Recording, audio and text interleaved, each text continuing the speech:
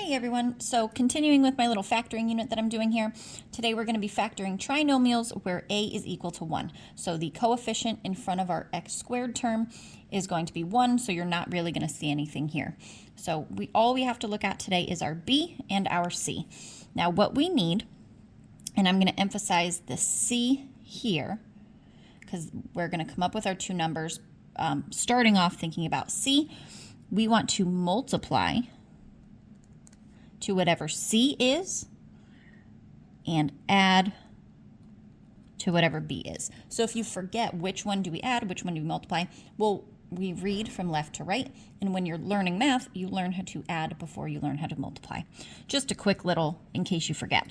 So what we are looking for is we want to find two numbers that multiply to c. That's going to be the first thing. So we want to multiply to whatever that c is. I wrote it in green, so I'll emphasize. But they need to add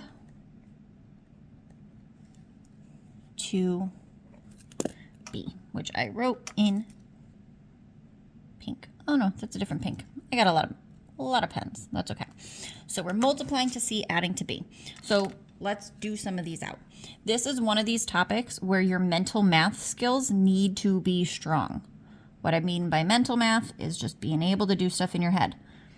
So when everyone says, why do we need to know times tables? Students have calculators. This is really hard to do if you don't know your times tables. This is why you need to know those. So I very much appreciate teachers early on or parents that make students learn their multiplication tables. It helps for this. So again, getting numbers first that multiply to our c. In this case, c is 6. So what numbers multiply to get 6? Well, we have 1 times 6, or we have 2 times 3. Okay? But if they need to add up to our b, I'm going to test and add these guys together. 1 plus 6 is 7. 2 plus 3 is 5. Well, this is the b that we want, so I'm going to have a positive 2 and a positive 3. So when I factor this, your setup is going to be 2 sets of parentheses, your variable in front, because x times x gets you x squared. This is a standard. And if my numbers were positive 2 and positive 3, I'm going to do plus 2 and plus 3. And this would be your final answer. Now, I do get students all the time. Well, what if I had x plus 3, x plus 2? That's the same thing. That absolutely works. This answer would also be correct. Either one, whatever works for you. So I'll just do a couple more examples. This is usually my students' favorite one. Of course, that's if they know their multiplication tables. This method is usually pretty straightforward for them. If anything, it's like a little puzzle. So we always have a good time with that. Set up another one here. X squared plus 5x minus 6. So this looks very, very similar, but we have a minus now. So we have to be careful because what numbers multiply to get a minus? Well, that means we need a positive and a negative. So we could have 2 and negative 3.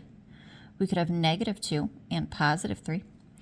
We could have 1 and negative 6, or we could have 6 and negative 1. I'm not sure why I flip-flopped those. Either way, these numbers will multiply to get a negative 6. If I add them together, 2 and negative 3 is negative 1.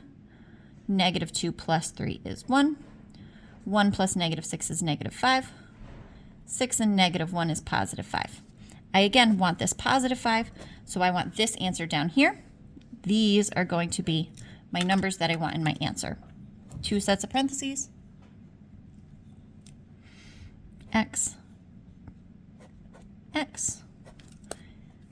plus 6 for my positive 6 minus 1 for that negative.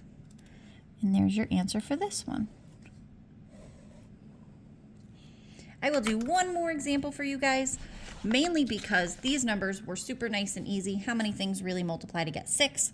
But obviously we know math is not always going to be that easy. That's okay. This is a fun topic. We used to do this in college as like a competition. It was so fun. It was the nerdiest math party you ever went to. And we had pizza. It was great. All right. X squared minus 10x minus 24. If we want to factor this, well, I picked this one because 24 has a lot of different things that multiply to get it. You could have 3 and 8. We could have 4 and 6. We could have 24 and 1. We could have 12 and 2. And now these are just positives. I need a negative, so I know one of these answers will have to be a negative, right? A negative times a positive gets us a negative number. So let's just check it one way. Not like up here where I tried the positive 2, negative 3, and then I flip-flopped. Let's just start with these guys. If I add these together, I get 5, 2, negative 23, and negative 10. Negative 10 is the one that I want.